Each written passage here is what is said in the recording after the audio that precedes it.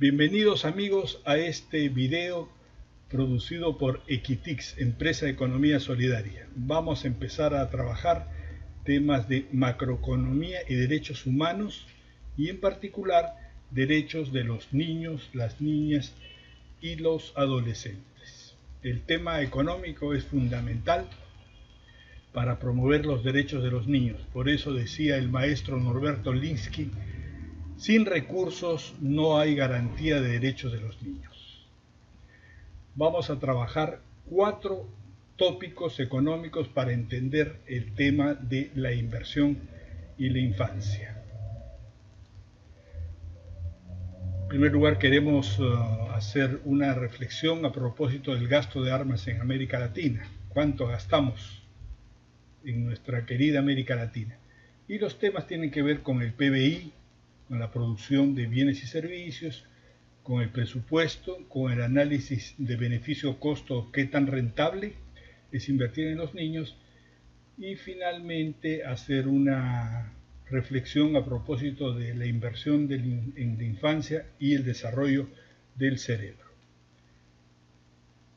¿Sabías que en América Latina el gasto ha aumentado de 39.000 millones de dólares al año a 75.000 millones al año en armas? Es decir, 10 años de crecimiento en América Latina han llevado a que parte importante de los recursos se destinen a gasto de armas, mientras que hay 70 millones de niños pobres en América Latina y 32 millones de ellos en pobreza extrema, es decir, que viven con menos de $1 al día. Esto se manifiesta en múltiples formas: de nutrición crónica, no acceso a la escuela, no tienen agua. Los pobres de América Latina, los más pobres, son los niños. Empecemos entonces a ver nuestros temas. El gasto en armas. Aquí tenemos información del Instituto Sueco de Investigación sobre Armas. La información más reciente para el año 2016 nos indica que en América Latina se gasta más de 76.000 millones. Aquí tenemos la información.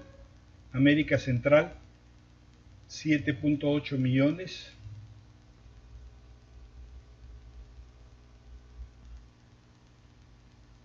Y el detalle aquí lo tenemos por países, ¿no? Aquí tenemos la información a 2014, 63.000 millones. A la fecha ya estamos por encima de los 75.000 millones. Por eso tenemos que conocer temas de economía, para entender por qué se destina a armas y por qué no se destinan a los niños. Empecemos con nuestro primer tema, con una categoría económica que se habla mucho y se conoce poco: el Producto Bruto Interno. ¿Qué cosa es el Producto Bruto Interno? Es el valor de la producción de bienes y servicios, de todo lo que produce un país durante un año. Incluye también lo que los nacionales de cada país y los extranjeros producen en el país. El PBI podemos verlo en este rectángulo celeste, es un valor. Por ejemplo, en el caso del Perú es de 200.000 millones de dólares. Más adelante veamos este rectángulo de color amarillo, es decir, cómo el país puede captar recursos del extranjero a partir de cambios en los precios de las importaciones y las exportaciones. De este valor del PBI, el Estado captura el presupuesto, lo que se llama las finanzas públicas. ¿Y a través de qué lo hace? A través de un conjunto de mecanismos. Los impuestos a la renta, para los que más tienen, los que se llaman impuestos directos, los impuestos indirectos, el IGB, y hay otra serie de impuestos específicos en los municipios, como los arbitrios, el impuesto predial. También el presupuesto se puede financiar con endeudamiento interno en el país, con endeudamiento externo y otro mecanismo un poco raro y complicado que es la creación de dinero. Esto permite la conformación del presupuesto y nos interesa conocer ese presupuesto y ver cuánto se destina para los niños. En promedio, en nuestros países de América Latina, el Estado captura entre 15 y 25% del Producto Bruto Interno. Depende de la política fiscal. Y con eso se constituye el presupuesto. ¿De acuerdo? Avancemos un poquito. ¿A quién le pone impuestos el Estado? ¿A los más pobres o a los más ricos? Una pregunta interesante.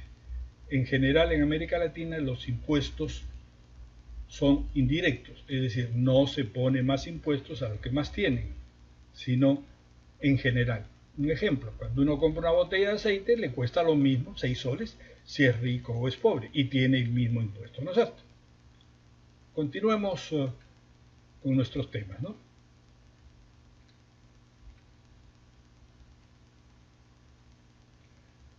Del presupuesto, ¿cuánto se destina a los niños?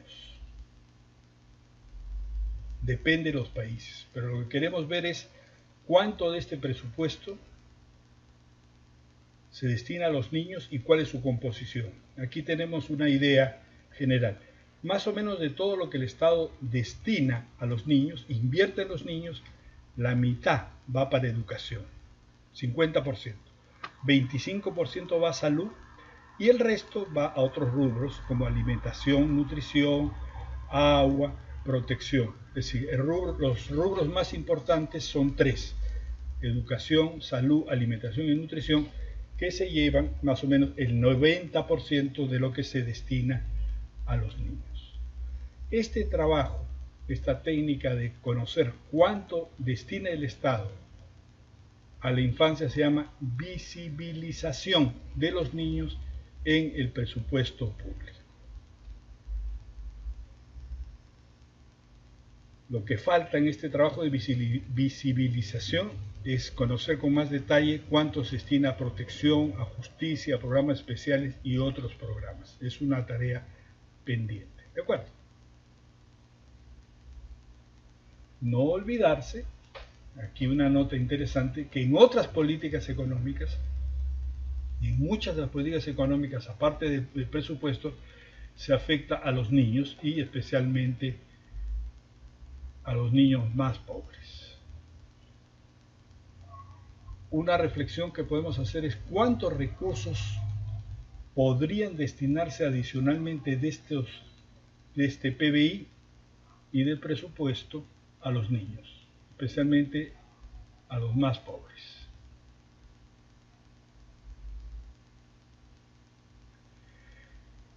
Hay múltiples argumentos para justificar que no se destinan más recursos a los niños, a los más pobres, que no hay recursos suficientes, que hay otras necesidades más urgentes como carreteras, como puentes, o que los recursos que destinan a los niños no tienen resultados, que políticamente hay otras demandas y otras razones. Más adelante vamos a discutir con detalle estas justificaciones que en verdad no son ciertas.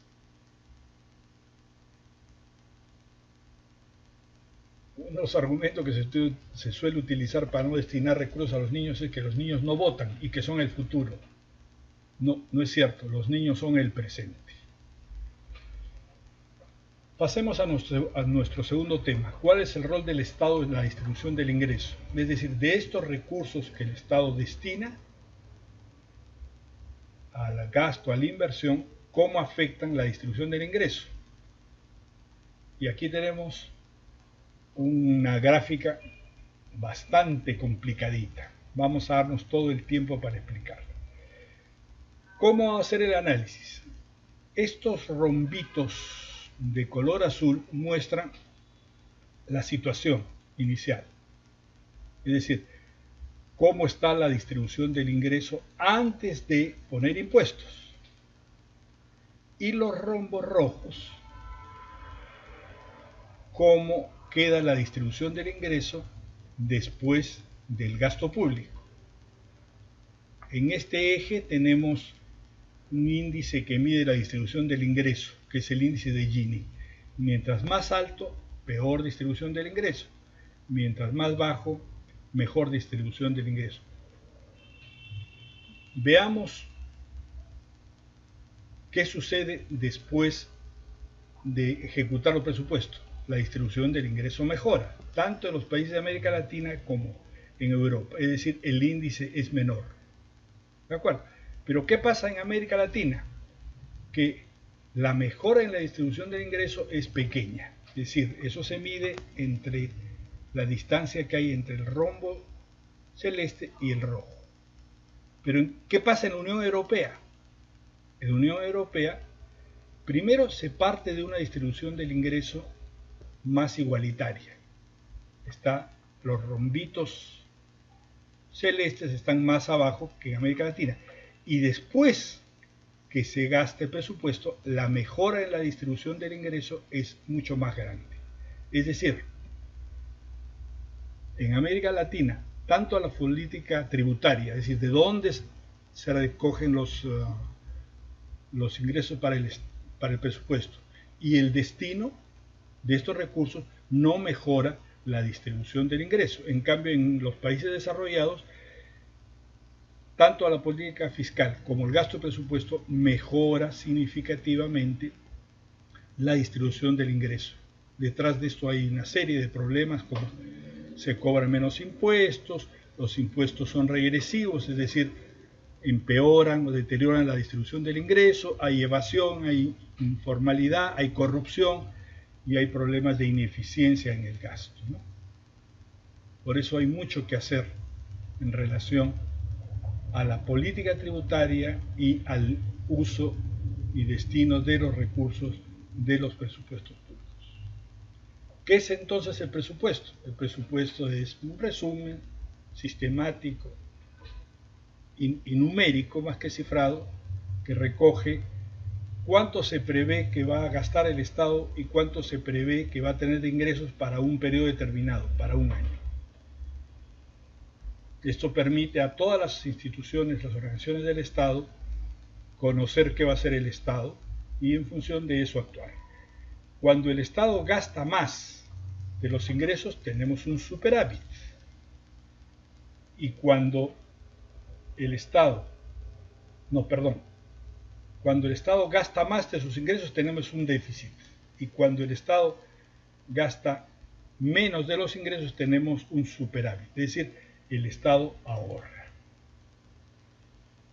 Ya hemos dicho que un tema clave en este tema de presupuesto es cómo son los impuestos, ¿no es cierto? Si son directos, indirectos, cómo es el endeudamiento y cuánto ahorra el Estado. Porque hay años en que el Estado puede tener pocos ingresos y utilizar los recursos guardados, ¿no es cierto? Aquí tenemos unas definiciones sobre los tipos de impuestos que pueden verse, ¿no? Hay bastante literatura, ustedes entran a internet y pueden encontrar definiciones. Pasemos a otro tema que realmente es complicado, lo que se llama costo-beneficio. Cuando hablamos de costo-beneficio, lo que queremos decir es cuán rentable es una actividad, o en este caso, cuán rentable es invertir en los niños. Eso se mide de una forma muy sencilla. Por cada dólar que yo invierto en una actividad en los niños, ¿cuánto me rinde? ¿Cuál es la utilidad? El beneficio son las utilidades y el costo es lo que invierto. ¿Qué sucede con el caso de los niños? De invertir en los niños. Las tasas de retorno, o sea, la rentabilidad, el beneficio de invertir en los niños, en primer lugar, es positivo. No es un gasto, es rentable. Y es más rentable que otras actividades como carreteras, como burocracia, como electricidad u otras cosas. Hay un premio Nobel de Economía, Hedman, que ha demostrado que invertir en los niños es rentable y mientras más pequeños son los niños, más rentable es. Los programas, por ejemplo, de educación preescolar son muy rentables, igual que los programas que ayudan a llevar a los niños a la escuela. ¿Cuándo es más rentable? Mientras más pequeños sean los niños y más invierte el Estado, los niveles de rentabilidad son muy grandes. Por cada dólar invertido en niños de menos de 3 años se pueden obtener hasta 10 dólares de rentabilidad. Aquí tenemos un detalle de 23 actividades que son rentables, desde el embarazo, digamos, de las madres, hasta los 60 meses, hasta los 5 años. Por ejemplo, darle ácido fólico a las madres embarazadas es súper rentable. O darle lactancia a los niños los 6 primeros meses, lactancia exclusiva. También las vacunas, las inmunizaciones, etcétera, etcétera. Hay información de mucho detalle sobre en qué debe invertirse en los niños y qué tan rentable es. Más adelante vamos a ver este tema. Regresando a nuestra reflexión, en nuestra América Latina la pobreza es muy grande, ¿no? 3 de cada 10 personas en América Latina son pobres, 1 de cada 6 son pobres extremos. A pesar del crecimiento que hemos tenido en América Latina, se mantiene la pobreza. Es cierto, 73 millones de latinoamericanos han salido de la pobreza, pero se mantienen más de 180. Ya hemos dicho que 70 millones de estos pobres son niños y 32 millones de pobreza extrema, ¿no? El tema de la pobreza es muy grande y muy significativo en América Latina. Hay estudios de más detalle también sobre las tasas de retorno de acuerdo a la edad. Veamos nuestro cuarto tema. ¿Cuánto gasta el Estado? Aquí está, el gasto público en función de la edad de los niños y cómo se desarrolla el cerebro. Y encontramos una brecha. Mientras más rápido se desarrolla el cerebro de los niños, el Estado invierte menos.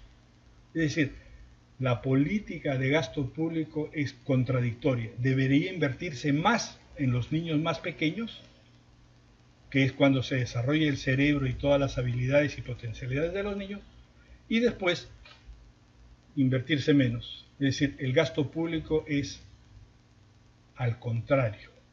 Lo que hay que hacer es cambiar, invertir mucho más en los niños más pequeños y después reducir la inversión.